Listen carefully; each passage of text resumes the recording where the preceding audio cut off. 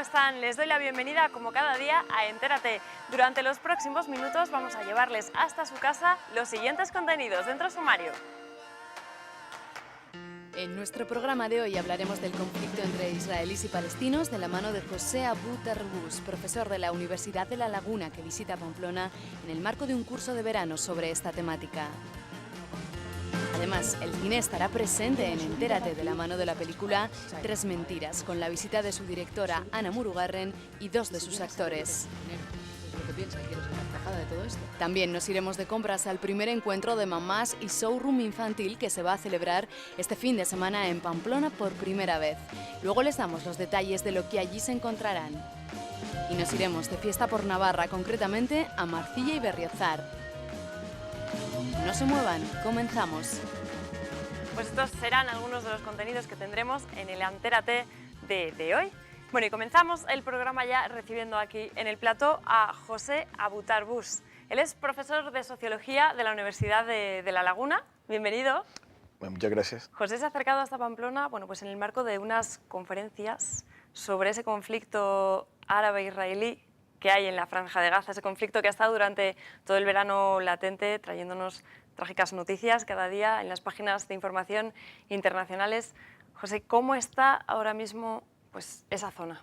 Bueno, debemos de entender que este es un conflicto que, como bien comenta, ha permanecido a lo largo de más de 51 días, para ser exacto, y sus 51 noches de bombardeos intensos, masivos, indiscriminados y deliberados sobre la Franja de Gaza, sobre buena parte de su población civil y sobre sus infraestructuras que ya eran de por sí escasas y precarias, sobre todo porque la Franja de Gaza es un territorio muy limitado que está cercado por Israel desde hace cerca de 8 años, donde nada entra y nada sale sin el permiso israelí y que sufre ese bloqueo. Y por tanto se ha generado una gran devastación, aparte de las, digamos, las pérdidas humanas, que son quizás lo principal, más de 2.000 muertos, 500 de ellos aproximadamente son niños. Ha sido especialmente cruento sí. Esta vez, porque ya son varias las veces en las que hay conflicto en esta parte del mundo y esta vez ha sido especialmente cruento. Sí, porque la Franja ya ha sufrido otras agresiones o asaltos militares por parte de Israel en el 2006, en el 2008-2009, en el 2012, y esta vez ha sido, digamos, un descenso a los infiernos como nunca antes se había visto en los prácticamente 50 años de ocupación militar israelí que sufre la Franja de Gaza. Y eso se palpa en el ambiente, ¿no? Hay una situación de emergencia humanitaria y hay que recordar que hay más de 10.000 heridos, que todavía siguen produciéndose muertos, gente que van encontrando debajo de los escombros o bien producto de las heridas, y también más de, o sea, la mitad de la franja está devastada, ¿no? José, la semana pasada se firmó el cese de hostilidades entre el gobierno israelí y Hamás, pero aún así la situación allí sigue siendo tensa y complicada. Sí, es decir, estamos ante una situación precaria, es decir, una tregua no significa significa simplemente parar un alto el fuego, pero no significa la paz, ¿no? Digamos que estamos ante un ciclo de violencia más de lo que es el conflicto israelo-palestino, y mientras no se resuelva las causas estructurales que produce esos ciclos de violencia, se van a seguir reproduciendo lamentablemente. Y el conflicto reside básicamente en la ocupación militar israelí, que tiene aproximadamente ya 50 años de vida, y de buscar una solución dando lugar al fin de la ocupación militar israelí y dando lugar a la creación de un Estado palestino. Esta es la resolución que, digamos, más apoyos tiene, tanto en el ámbito político como jurídico internacional, pero que hasta el día de hoy Israel se niega a cumplimentar.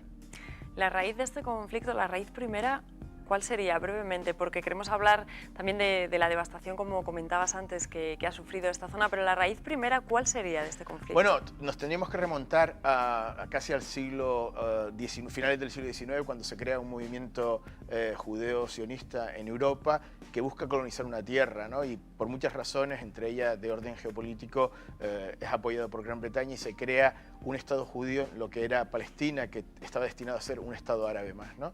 Bueno, eso lleva a la división del territorio, a que se produzca la Primera Guerra Árabe-Israelí, que Israel ocupe el 78% del territorio en la guerra del 48-49, luego en la totalidad del territorio en 1967, y hoy la solución pasa no por ninguna destrucción de Israel ni cosa parecida, sino por crear un mini Estado palestino en el 22% de la Palestina histórica, es decir, en la Franja de Gaza, Cisjordania, con la inclusión de Jerusalén este u oriental, ¿no? Como he comentado, esa es la resolución que tiene mayor apoyo jurídico en Naciones Unidas y político. Sin embargo, es decir, incluso hasta aliados tan importantes de Israel como Estados Unidos la apoyan, pero hay una intransigencia por parte de Israel para poner fin a la ocupación. Lo que estamos viendo es que Israel incrementa la ocupación en lugar de aligerarla, ¿no? Con la expropiación de territorios palestinos, el asentamiento de nuevos colonios y toda una serie de medidas que violan la Cuarta Convención de Ginebra, que regula los derechos de población y los territorios bajo una ocupación militar. Es un tema complicado, por tanto. Es muy complejo, sin duda. La ONU está ahora, bueno, pues trabajando sobre el terreno, viendo en realidad qué es lo que queda allí ahora, y ayer sacaba un informe diciendo que, bueno, pues pocas veces o nunca antes, incluso se podría decir, ha quedado un territorio tan devastado después de una guerra como ahora la Franja de Gaza, con un número total de unos 108.000 personas que se han quedado sin hogar, con sus casas completamente destruidas. No sé qué necesidades hay ahí ahora, todas, claro. Bueno, lo que tendríamos que preguntarnos es por qué de forma deliberada Israel ha bombardeado en buena medida a la población civil y a las infraestructuras civiles, que no tenían ningún, digamos, no representan ninguna amenaza ni están siendo utilizadas por Hamas, que como todo el mundo sabe está digamos, en los sótanos de Gaza o en los túneles. Sin embargo, es decir, aquí es una forma que tiene, como cualquier otra potencia colonial, de presionar sobre la población para que a su vez esta presione sobre un movimiento. Pero claro, en este sentido, esa población se queda rehén entre la potencia militar ocupante y el movimiento de resistencia a esa ocupación. Dicho en términos que nos entienda todo el mundo, aquí quien ha pagado el plato roto ha sido la población civil, ¿no? Efectivamente. Y los niños, ¿verdad? En particular, los niños, digamos, los sectores más vulnerables de la sociedad palestina, ¿no?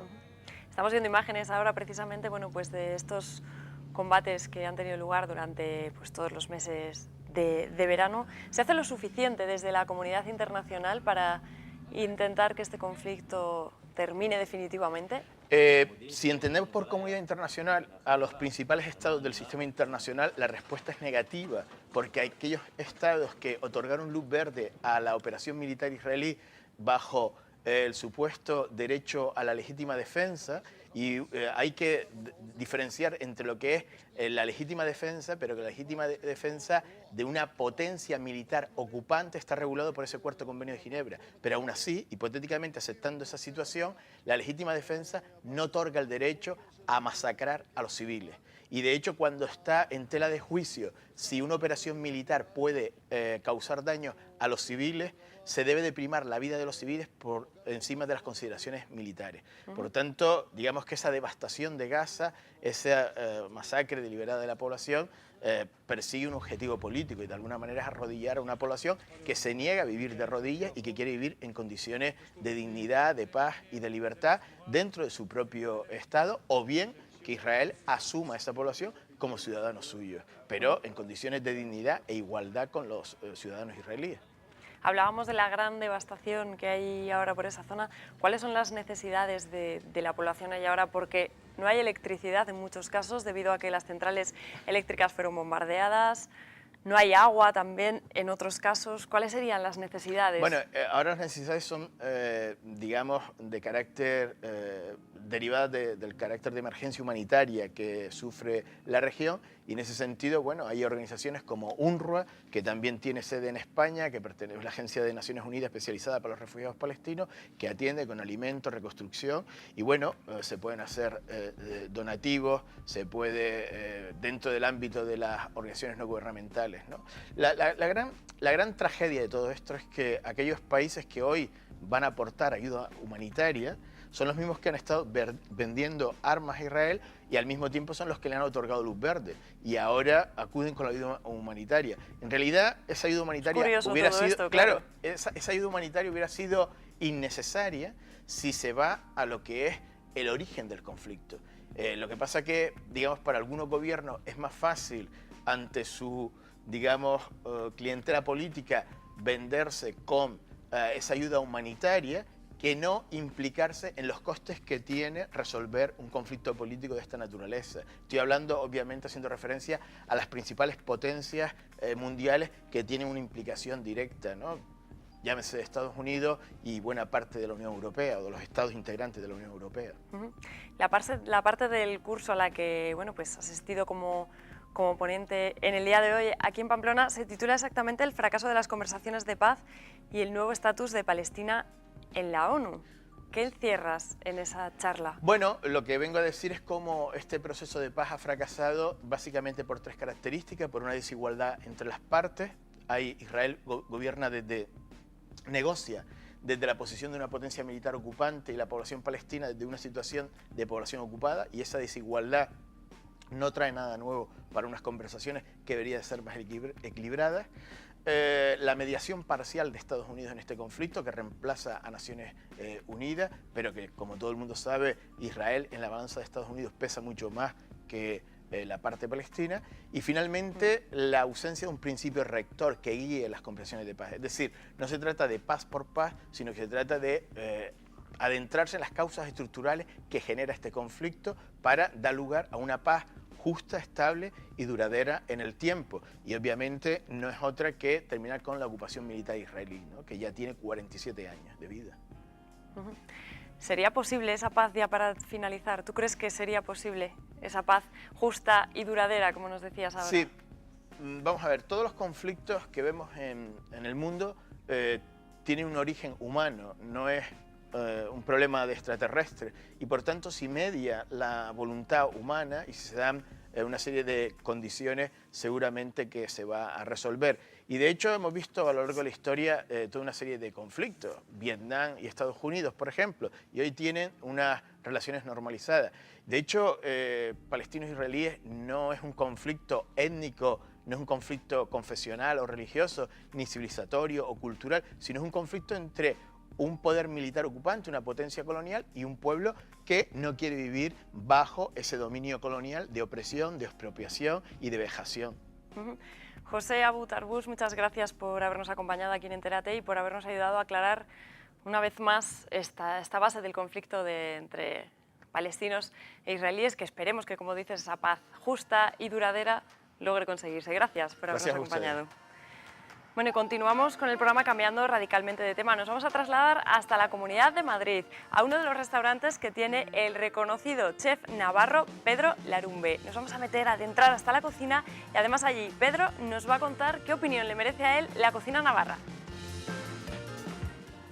Nos acercamos hoy al número 38 del Paseo de la Castellana aquí en Madrid, donde se encuentra uno de los restaurantes del conocido chef navarro Pedro Larumbe. Él nos abre las puertas de su local para darnos a conocer su trayectoria profesional. Ya os avanzamos que ha recorrido gran parte del mundo y además hará una valoración de la cocina navarra.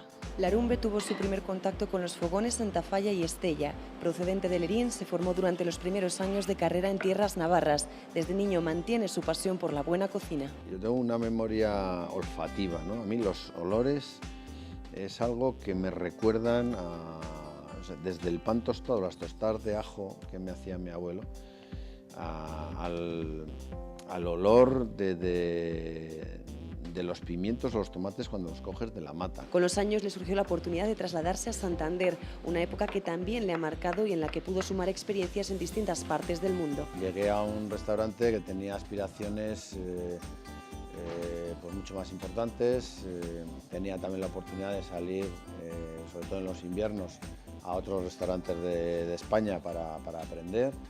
Después ya salí muchísimas veces tanto a Francia como a Bélgica y a Suiza sobre todo. Su cocina fue evolucionando y pronto pudo dar el salto a la capital. En el 91 se traslada a Madrid. La aventura comenzó con problemas para abrir, pero afortunadamente el restaurante tuvo éxito desde el mismo día de la inauguración, gracias a los clientes que el navarro consiguió durante los cursos que la Universidad Menéndez Pelayo impartía en verano en Cantabria. Se creó una expectativa enorme, ¿no? Donde ya todo el mundo, al enterarse que abríamos en Madrid, nos empezaba a llamar que si ya estábamos abiertos. Y tal era la expectación que lo que decidimos fue 6 meses antes de abrir decir que estábamos completos. Y entonces, bueno, siempre que llamaban, pues estábamos completos y por lo tanto el día que ya abrimos aquello se desbordó totalmente. Durante estos años de profesión puede presumir también de haber dirigido durante 6 años un restaurante en Japón, en la ciudad de Osaka. Por aquel entonces basaba gran parte de sus recetas en el pescado y no dudó en embarcarse en el proyecto. Ahora es propietario del restaurante El 38 de Larumbe y de otro en el edificio ABC. En este último se encuentra además el buffet, la terraza, el salón de banquetes y la escuela de hostelería, por la que pasan cada año un máximo de 40 alumnos. Todos los alumnos hacen sala y cocina y que después hacen muchísima práctica. Ellos, el curso es de 9 meses, 3 meses de prácticas después fuera en diferentes restaurantes de España.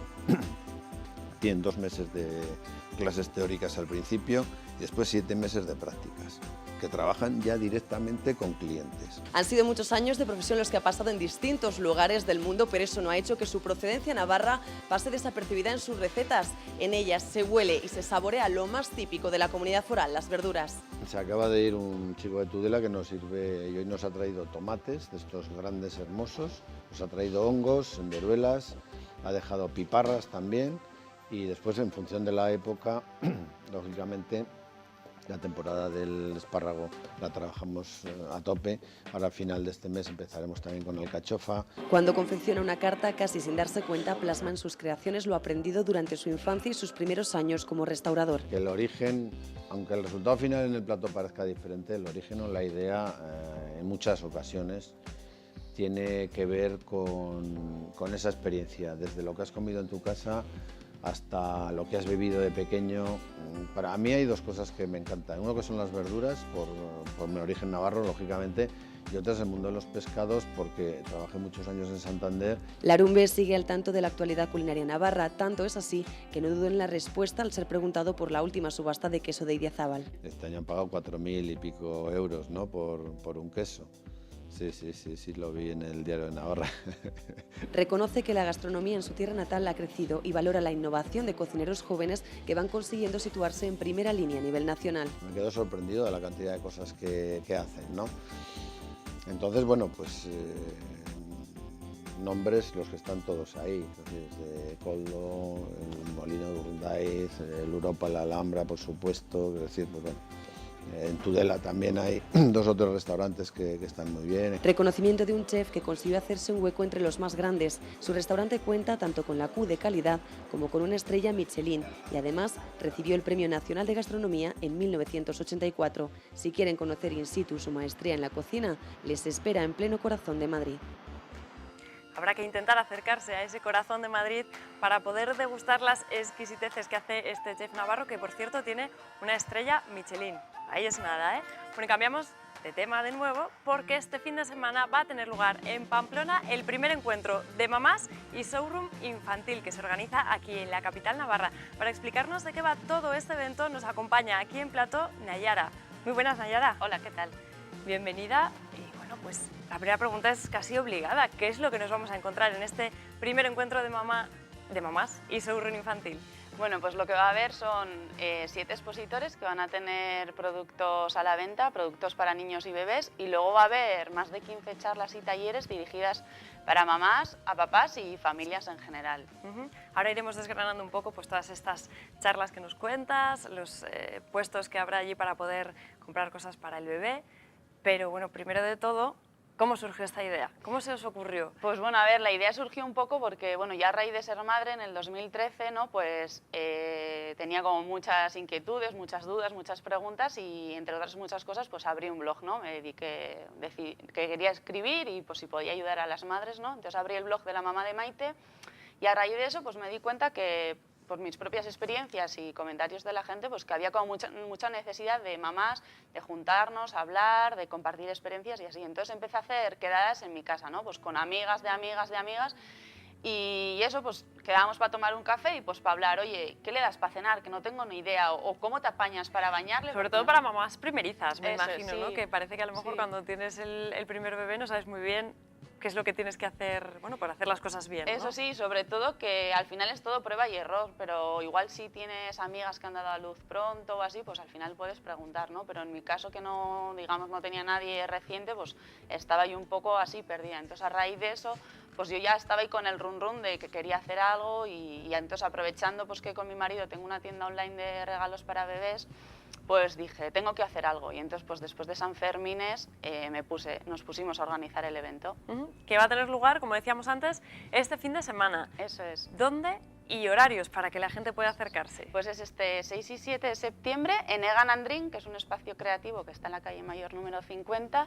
Y el horario del sábado es el día completo, de 10:30 a 2:30 y de 4:30 a 9. Y el domingo solo es por la mañana, de 10:30 a 3. Bueno, pero aunque sea solo por la mañana, tiempo hay de sobra, ¿verdad? Sí. Entre el sábado y ese domingo por la mañana. ¿Habrá expositores para poder, bueno, pues comprar allí productos para el bebé? Todo tipo de productos, me imagino, desde ropa a accesorios que se necesiten para el cuidado del bebé. Lo que hemos intentado un poquito es, pues, un poco también siguiendo la premisa de nuestra tienda, ¿no? Que tiene productos de todo el mundo, pues los expositores hemos intentado traer expositores, sobre todo que fuesen empresas pequeñas y que solo tuviesen tienda online, y pues para darles la oportunidad de darse a conocer, ¿no? Y entonces hay un poco de todo, desde empresas que tienen pues portabebés ergonómicos hasta pues, bolsitas de la merienda, baberos, zapatos de gateo, muselinas, hay un poco de todo, variedad, hay delantales así diferentes, hay un poquito de todo. Y lo bueno de este proyecto, además, como decías, es que aparte de que, bueno, pues todo el mundo que se acerque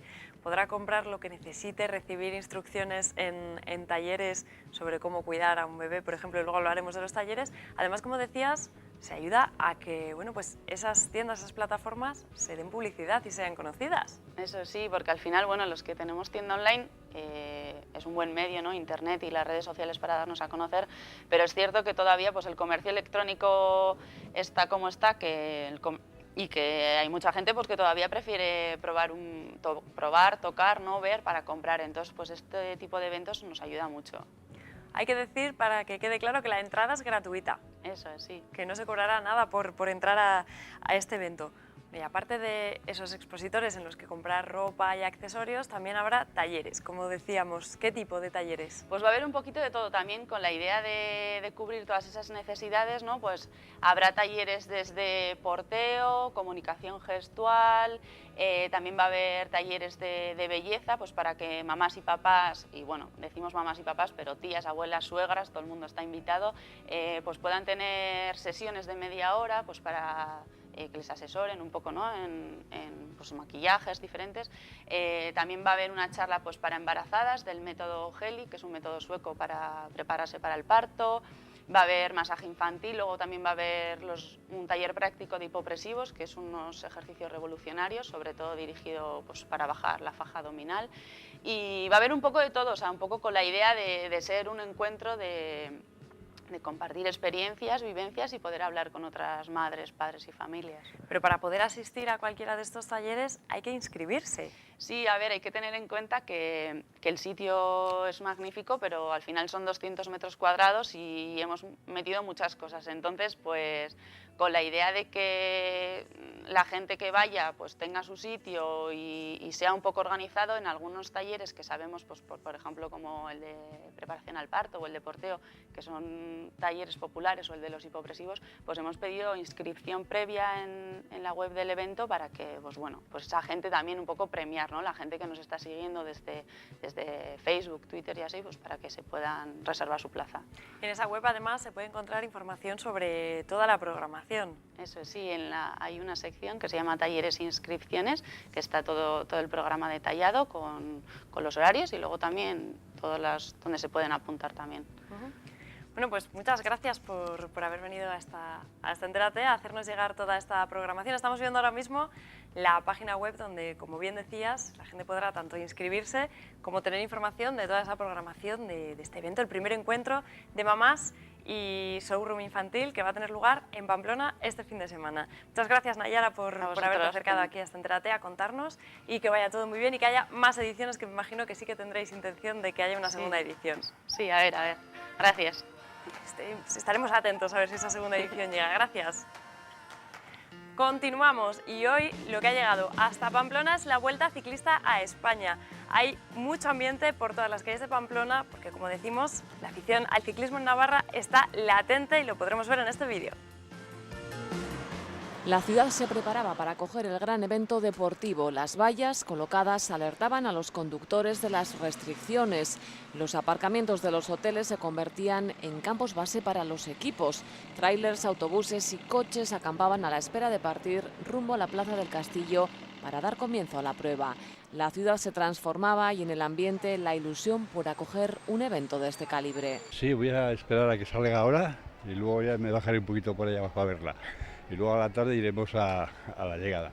Ver la salida aquí, con los chavales no se puede ir muy lejos, si no iríamos al puerto. Entre motos, coches de carrera, trabajadores de la Vuelta, encontrábamos sobre todo curiosos, atraídos por el buen tiempo y el espectáculo. Hombre, pues muy bien, me parece, está bastante bonito, realmente muchas cosas, y oye, pues aquí...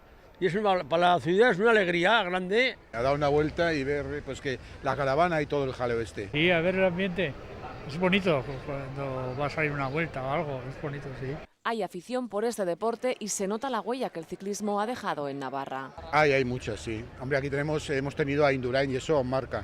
Sí, además hay mucho aficionado aquí al ciclismo, sí, hay mucho aficionado, entonces tenía que pasar siempre. Y sin olvidar que este tipo de eventos genera un impacto en la ciudad y en su imagen hacia el exterior. Es una buena oportunidad, sí, hombre, un acontecimiento como este siempre promociona a la ciudad y promociona a Navarra de cara a España, incluso al resto del mundo. A los hoteles y a los restaurantes, a todos les dejará bastante dinero. Económicamente siempre, oye, es un aliciente muy bonito. Estaban en esos bares el Gaucho, estaban ahora llenos, estaban. Estos de esta fecha también se ve mucho movimiento, se ve. Todo se preparaba con ciencia para que la ciudad y después el resto de Navarra viviera un día de fiesta de los que despiertan afición.